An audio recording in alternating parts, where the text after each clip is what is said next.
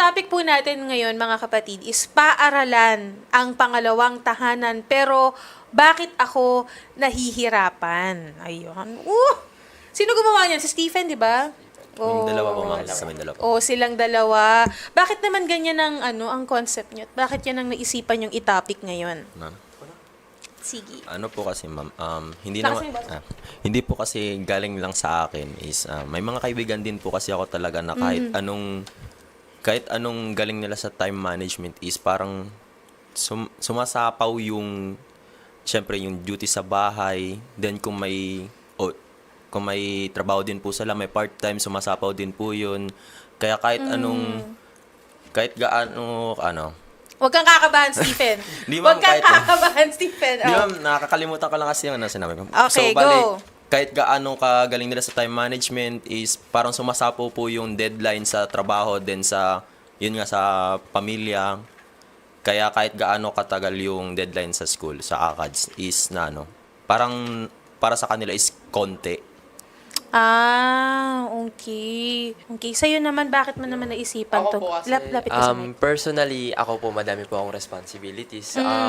Isa po ako sa mga, kailangan yung bahay po, wala po kasi kaming parang, wala po akong tumatayong tatay na nagbibigay po sa akin financially. So kami dalawa lang po talaga ng nanay ko yung parang bumubuhay sa sarili po namin. So yun po, nagpapatong-patong nga po yung mga school responsibilities, tas yung sa mga household responsibilities din po. Ikaw. Ako naman po kasi, nahihirapan po ako kasi po, ayun nga po, 2:00 pa lang po ng madaling araw nga po. Kailangan pong gumising kasi nga po, nagluluto po kami ni Mama. 2:00. Yes po. Wow! Nagluluto po kami ni Mama ng food na binabalot na po, tapos di-deliver na po sa mga pinagtitindahan po. Tuloy-tuloy na po yun hanggang umaga, linis na agad ng bahay, tapos pasok na kaagad sa school. Wala po akong time na parang hindi ko po naipapasok yung time na nakakapag-aral ako sa loob mismo ng bahay. Nakaka-proud kasi na at your age, 'di ba? Talagang responsable kang anak na biro mo 2:00 ng madaling araw tutulong ka na sa nanay mo. At ngayong nag-OJT ka, paano ang setup nyo? Ano po, ang ginagawa na lang po, ginigising na rin po ni Mama yung kapatid kong babae para tumulong. Kasi po yung kapatid ko rin pong babae, may trabaho rin po siya. Ang nangyayari po, yung kapatid ko na pong babae yung nagbabalot, tapos ako na po yung naghahatid sa, Saan nyo binibenta yung mga ulam? may dalawa po kaming pinaghahatidan ng mga ulam po. Yung tindahan po malapit sa amin lang, tas sa sa village po. Village, di ko alam village tawag doon. Sa Bonifacio Heights po. Doon po namin hinahatid yung mga pagkain. Masarap daw ba ang binibenta? Ma'am Odette, masarap po, 100% proven and tested. Ate. Ano daw ang menu? Sabi ni ate. Ano po, nagtitinda po kami, nagluluto Gulay po. Madalas ate Odette sabi madalas niya po gulay. Opo.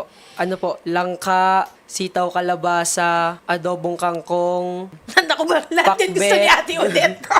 Kasi si ate Odette mahilig sa gulay. Nakaka-proud. Sa inyo, ikaw, ano ang responsibilidad mo naman sa May bahay? karinderya po. May karinderya. Mayroon po. Tapos, mga ganun din po. Parang sa kanya, 2:00. Ako po, 4:00. Namamalengke na po ako. No? 4:00 na mamalengke ka na. Opo, Diyos ko, namamalengke. grabe naman pala tong mga batang to. Kaya pala pasaway kayo sa TV5 kasi mga pagod-pagod na rin pala kayo. Nagtatanggal na lang po kami ng stress din sa OJT po namin. At natatanggal pa yung stress mo sa TV5. Siyempre Totoo naman ba? po. Tapos, yun nga po, 4:00 namamalengke. Tapos, sa gabi din po kasi, pag uwi ko po, nagbebenta pa po din ako ng balot. Ikaw ang nagbebenta Opo. mismo? Opo. Ate Odette, hindi ko alam yung mga story pala itong batang to. Magkano ang... Bakit? Ay, Ikaw nga, Odette, mag-share ka ng story mo dito. nakaka-proud naman itong mga Ilang batang taon na to. kayo? Sorry, hindi kasi ako aware pag grade 12. Kasi hindi ko naabutan ng grade 12. 17 pa po ako. Oh, 17. Ikaw? Ako po 18, magna-19 po. Okay, Stephen. ikaw. 18 po, magna-19 din. Ikaw, Stephen, ano naman ang responsibilidad mo? Maiyak na siya. Naiiyak mo si Stephen. Hindi, Bakit? ma'am, actually, yung tatay ko po, maraming beses na siya nagtatry mag-karinderya, maglugawan, tumutulong po kami doon dati. Pero ngayon po, as of now po, wala po kami ginagawa. Kaya bilang panganay doon sa aming dalawa, siguro, ang ambag ko na lang po talaga sa bahay habang nagbabiyahe si tatay sa Joyride, ang ambag ko na lang po talaga sa bahay doon is yun, maglinis, mamalengke or kung may utos man siya sa akin, gagawin ko po. Mag-alaga ng manok namin doon sa taas, ginagawa ko rin yun. At least ikaw naman, responsable ka ring anak dahil habang nasa trabaho ang tatay mo, ikaw ang bahala sa bahay. Parehas po kami ng kapatid ko. Hati po kami sa gawain. Pero yung sa inyong dalawa, ikaw alas 2 ng madaling araw, gising na para magbalot ng ulam, tulungan ng mami. Ikaw, alas 4 ng madaling araw, anong tawag dito? Namamalengke. Tapos pag uwi, alas 6 ng gabi, pag uwi, galing TV5, magbebenta ka na ng balot. Hindi niyo ba napapabayaan yung pag-aaral ninyo? Nababalance ko pa din naman po kasi yun nga kasi nag-OJT po kami ngayon, exempted pa po kami lahat yung sa mga schoolworks po namin. Pero pag kunwari wala naman pong OJT gano'n, nababalance naman po. Parang wala naman pong struggle sa gano'n. Kasi okay naman po ako sa academics po. Okay naman po ako. Hindi ko po ikinakahiya na magaling po ako sa academics. Ganun po. At nakaka-proud yun, ha? Wala kayong bagsak. Ay, wala Stephen, po. wala kang bagsak. Wala po, ma'am. May mga girlfriend na ba? Wala po. Ay, ang tagal niya na sumagot. Hindi sure kung aminin niya. Stephen, may girlfriend. Wala po, ma'am. Siya meron. May girlfriend ka? Siya na uwi. Sana, paano yung balance yun? Nakakaloka. Okay. Magkaklase kayo? Yes po. Hindi pa kayo nagsasawaan? Sabihin mo, ma'am, Chok lang. ako lang nga yata yung sawa sa dalawang to, ma'am eh. Di ko alam po kasi po, Bago pa lang kayo? nakatira na rin po kami sa bahay nila. Ah. Ay, Araw-araw ma'am nasa kwarto ko, ma'am. hindi kasi sa ACADS. Opo. Ganyan din ako. Uy, Ganyan din lang. ako. Eme lang. Oo, tagaluto ng pancit canton. Sa thesis. Ay, ako po yung tagaluto pag magkakasama po. Kaysa kami. walang grabe ko naman kasi magluto, lata. Pero, yung doon naman sa school ninyo, saang aspeto kayo lubos na nahihirapan? Stephen. Sige, si Stephen. Yun sa alin po, ma'am? Subject-wise or Like in general. in general? Wala naman po siguro, ma'am. Ayaw ko lang po talaga ng math. So subject. Ayaw niya ng math. Ikaw, anong ayaw mo subject? Wala naman po akong ayaw na subject. Parang, Maangas tong friend ko na to. hindi po, nahihirapan po ako pero naiintindihan naman po. Ikaw. Oh, ma'am, ayaw ko lahat. Ah. Pero, syempre, Walang choice. pero walang choice. Kailangan po mag-aral. Ayaw mo Sa ng lunch bahay. break? Ay, syempre, exemption yun. So, anong ginagawa nila sa show? Explain nyo kay Ma'am Sel kung anong ginagawa nyo sa Action Center. Tsaka bakit yun ang napili nyo? Bakit hindi kayo sa iba nag-apply for internship? Ay, actually po, ako po yung naghikayat sa kanilang dalawa na sa TV5 nga po talaga. Bakit? Kasi nga po, ayun po, kasi ayun yung expectation ko po na mas mahuhubog po yung working skills po, makakaintindi po ng mga utos, ganyan. Tapos yung experience naman po dun yung mga ginagawa po namin doon sa may Action Center po. Ano bang ginagawa niya? Hiwa-hiwalay ba kayo? Or isang Isang... Sa baba Sa baba sila. po. Tapos, ang gagawin ni Ate Odette, merong dalawang ina-assign everyday Sa booth. Sa booth. Kaya kanina sabi ni Stephen, ang gwapo daw ni Senator Raffy kasi Bakit may sayaw? nahuhubog ang pagsasayaw niyan ng sayaw. Sino yung sino- mahilig magsayaw? Ako po. Baka pwede mo naman bigyan ng Sample naman! Off-air. Ma'am, marunong din pala ito kumanta, Ay, ma'am. sige nga, sample Ma'am, nga. sige Anong kanta? Yun nga, Anong golden- kanta? Golden hour nga, kung matapang. Game. Somebody said you got a new friend. Ang lamig naman ng boses mo, kuya. Does she love better than I can? Stilettos and broken bottles. I'm spinning around in circles. I'm in the corner watching you kiss her. Whoa. Bakit ba't di mo itutuloy? Why can't you see me? Whoa. Yan ay mataas. And I'm giving it my all. I'm not the guy you're taking home. Ooh, I keep dancing on my own. Oy, nice one! Nice one! Galing! Parang hindi Standing gumigising ovation. ng alas 2 ng madaling araw sa sobrang lamig. Ngayon naman doon naman sa sa school.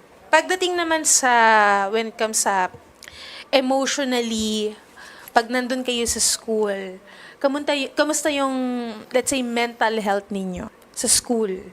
Ay, para po sa akin, pag nasa school po, mas ano po talaga, mas masaya po talaga kasi po yung bondings po namin magkaklase, yung nagkakasundo po kami sa mga gagawin, mga kalokohan po, ganyan po. Ikaw. Kasi nga po ma'am, yung sa bahay po is yung puro stress nga po, puro trabaho, ganun. So yung sa school po, napupunta yung parang yung bonding time po, yung parang tuwa-tuwaan lang, parang pantanggal ng stress.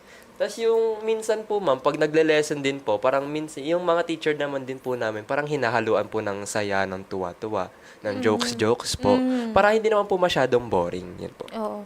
Ikaw, Stephen. Ano naman po, pag pumapasok po ako sa classroom namin is, syempre, makikita ko naman kaibigan ko masaya po. Then, kung may down po sa amin, tapos, nagpapasalamat po talaga ako sa nila kasi nagtatanong po talaga sila para may masandalan silang balikat kung sakaling need talaga nila. Pero syempre po mas priority po talaga yung pamilya kaysa sa mga classmates or kaibigan. Pero syempre close second talaga sila. Oo. Kasi, let's say, sabihin na natin, yung mga kaibigan din naman natin sa school, mga pangalawang pamilya na natin. Kaya nga, di ba tinawag na pangalawang tahanan? Yung mga nakakasalamuha naman natin sa school, kumbaga yung mga close natin dyan na friends, di ba? Mga tinuturing nating kapatid na din yan di ba? Halos doon na nga kayo natutulog, lagi kayong magkakasama, di ba? Pero yung doon sa sinabi ni Stephen na kapag may down silang friend, ready sila na sumuport or ready silang mag-comfort doon. Kasi at your age, pasintabi lamang po sa mga nanonood, medyo baka mag-trigger lang. May mga age sa inyo, yung mga age ninyo, medyo nababahala or napapabayaan yung kanilang mental health. May mga ilan na, syempre napapanood na din natin sa news na hindi na kinakaya and may problema sa bahay, may problema sa binubuli sa school, 'di ba? Ano yung maipapayo niyo sa mga ganong friends? Unless naka-encounter na ba kayo ng ganong Opo, friend? ma'am. Opo. Oh. Bale, kung maipapayo ko dyan sa inyo is kung down kayo, then kung talagang nasa isip nyo na is yung wala nang labas or alaanin nyo is kung sakaling gawin nyo man yung nasa isip nyo, maraming malulungkot tapos marami din syempre magagalit sa'yo kasi ginawa mo yun ng walang second opinion. Hindi naman mahirap magtanong. So, bale, isang chat lang naman, kung totoo mo silang kaibigan, syempre, raramayan ka nila. Ako ma'am, kasi personally, nabully din po ako nung elementary ako. Ang mapapayo ko lang po is, wag niyo lang po pakialaman yung mga opinion ng iba sa inyo talaga. Kasi doon po parang, kasi po ako, meron po akong anxiety po sa, parang yung naiisip po ng ibang tao sa akin. Pero nowadays po ma'am, parang iniiwasan ko po talaga na isipin yung ganun. Kasi overthinking ma'am, grabe yung dagdag na nga sa pressure sa bahay, tas sa schoolworks ma'am. Tas Bata ka dagdag kasi pa sa mag-overthink. Profession ko na yan yun nga po, pag yung overthinking po, kasi sobrang nakaka-pressure po yun, dagdag pa po. Parang, minsan po, dapat na lang nating i-let go yung parang yung mga nakikita ng tao sa atin, ganun. Parang, let us be free sa ating mga thoughts na minsan. And paano mo nadideal yung anxiety mo ngayon? Yun mo po, ma'am. Yung parang bonding time po namin magkakaibigan. Tapos, minsan po, ma'am, ako po, madalas kumakain po ng ice cream or ng mga favorite kong pagkain. Tapos naglalakad po sa gabi, nakikinig lang sa music. Yun po yung mga parang panakas ko po sa lungkot ko. Ikaw, Ay, may personal na experience ka about doon? meron po. Actually, kagabi lang po yun. Ano nangyari?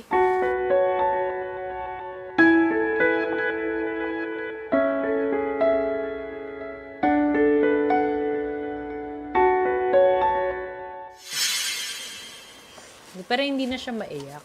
Ang hirap magkwento ng umiiyak. Baka makatulong lang din yung show. Ibigay mo na lang din sa amin off-air. Pwede namin siyang i-help kay Dr. Camille Garcia para kasi yung mga ganyan, need talaga natin ng professional help. Pero yung pag-handle ninyo ng mga ganitong sitwasyon, napaka-brave ninyo at talagang hindi nyo iniiwan yung inyong mga friends. at hindi kayo nagiging bully sa school, hindi nyo hinahayaan na ma-down yung mga friends ninyo. And siguro, maganda rin na sa kanila na mismo nang galing na kapag may problema sa Constant bahay. reminder kasi yan na na dapat every once in a while, kumustahin nila yung friends nila or even family members na if they feel like na may mali.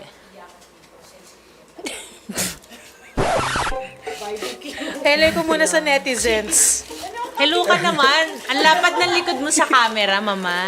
Potato corner, baka naman. Potato corner, Thanks, baka Ma'am naman. So, Oh, Huwag kuha ka na nang muna kayo. mag-cry. Oh, sige, kuha muna kayo. Para na nga lang tayo nagchichikahan dito eh. Actually po, sa years ng mga nararamdaman ko po, na since pandemic po, na hindi ko po alam yung tawag dun, basta hindi ko po kasi kayang umiyak umiyak sa labas, yung parang hindi ko po kayang maglabas ng luha pag so nalulungkot paano ako. mo siya nalalabas? Like, sa friends mo ba? Hindi Sa- po. Alone lang? Alone lang po talaga. Tapos, ang nararamdaman ko po parang sa loob ko lang po mismo yung pumuputok po yung yung iyak ko, ganun. Tapos, sa ilang years na yun, siguro po 2 years, kagabi lang po ako, Burst out talaga. umiyak po talaga. Kagabi lang po talaga. Pwede naman natin siya pa-consult kay Dr. Camille. Oo. Oo, kasi para to check lang if healthy ba yon na alone ka lang nagka-cry.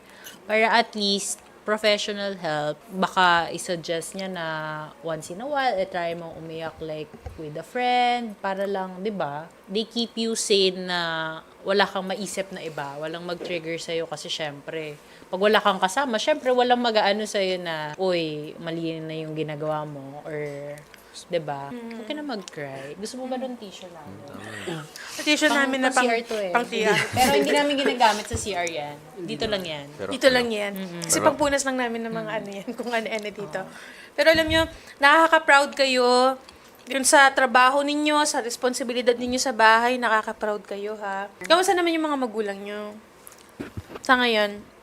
Si mama po, pagod. Wala po bago, pagod naman po lagi araw-araw si mama. Kasi po, ayun po, nagluluto, plus may pasok pa siya sa amo niya. Naglilinis po kasi siya sa condo.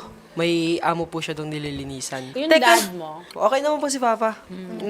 May natutulong siya kay Mama. Pero nakakaloka yung mami mo ha. Mag alas 2 gigising tapos maglilinis, nagkakasambahay pa. Opo. Kakaloka. so nagtutulong sila para sa tuition mo or yung mom mo lang mostly? Si Mama po talaga. Mostly, yeah. Ikaw, kamusta naman ang mami? Parents.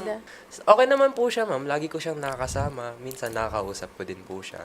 Tapos yun, parang tinatry ko lang talaga i-provide yung support na kaya kong ibigay sa kanya kasi siya lang po talaga yung gumagalaw sa bahay. Kasi wala nga po akong tumatay yung tatay na bibigay sa akin financial, ganun po. Parang kami lang talaga po yung nagtutulungan para sa isa't isa po.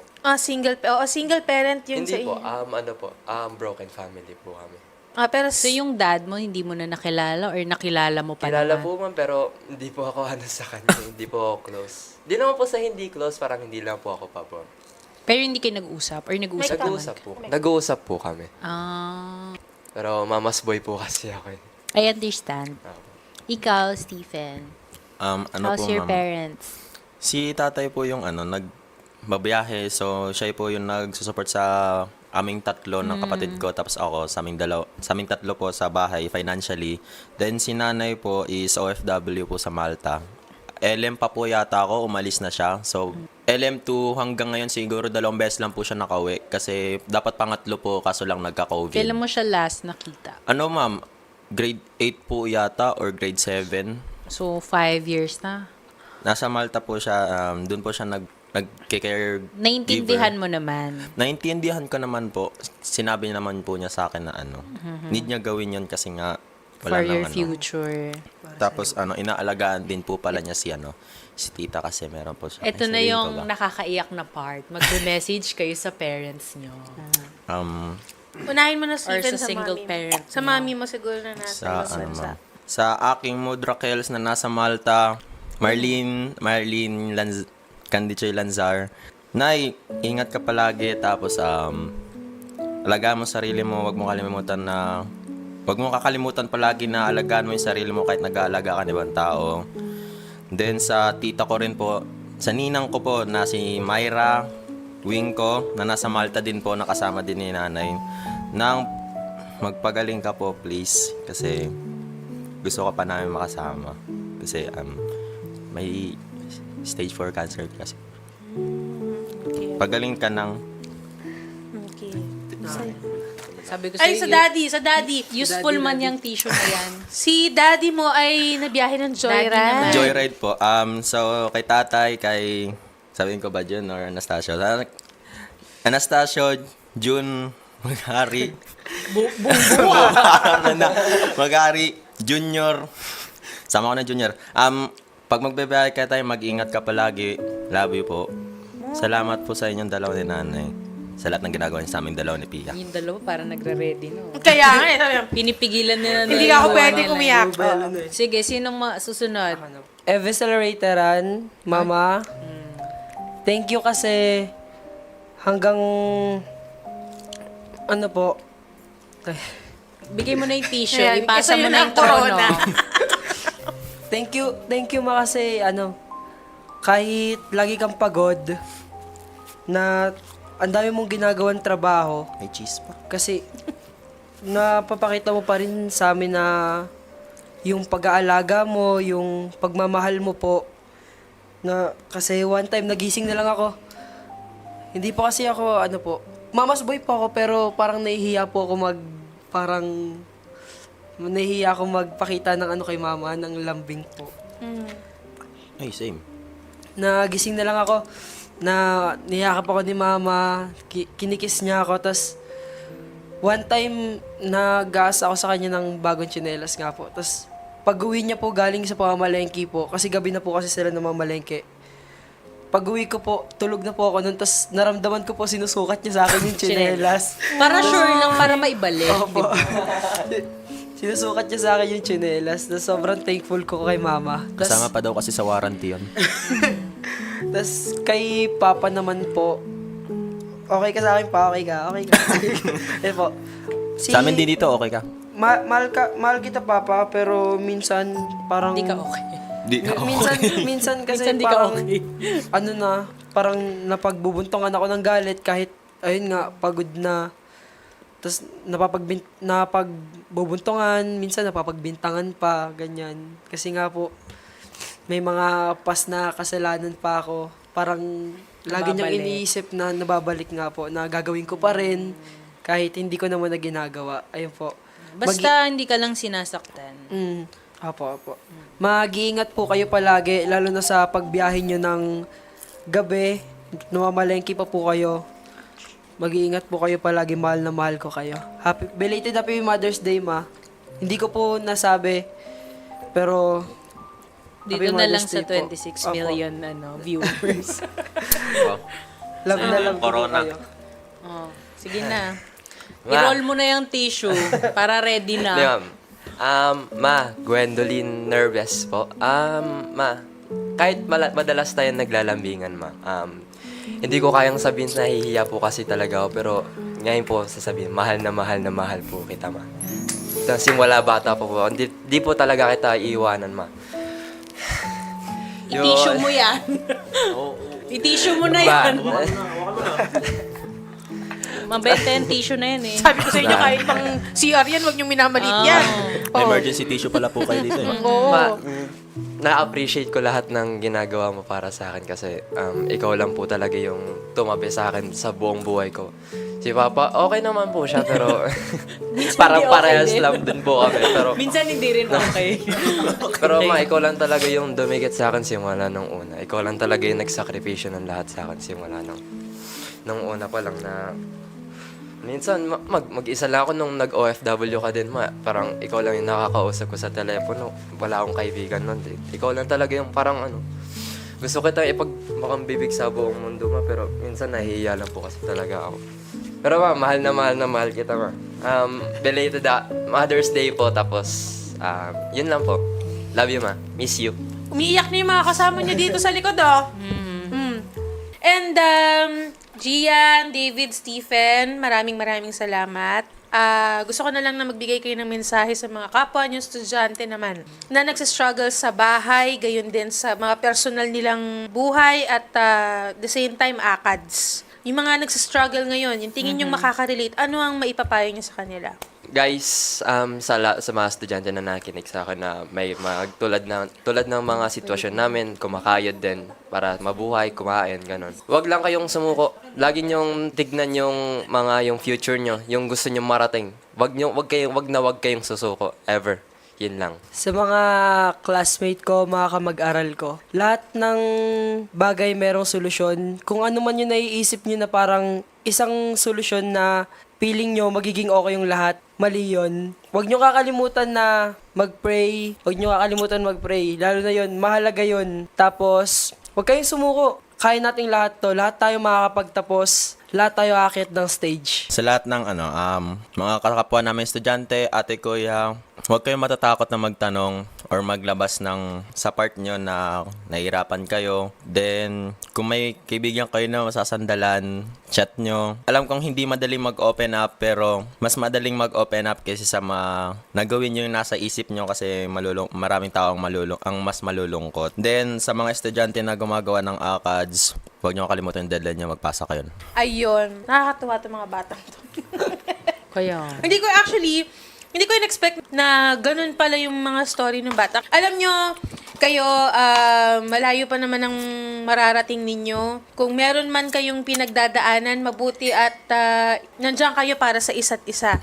Diba? Huwag niyong pabayaan ng isa't isa, ha? Ayan, sila po mga kapatid ay grade 12 students po from Asian Christians Theological School. Thank you very much and maraming salamat thank and you. God bless Thank you you rin po. all. Thank you, Thank you rin po, ma'am. Salamat.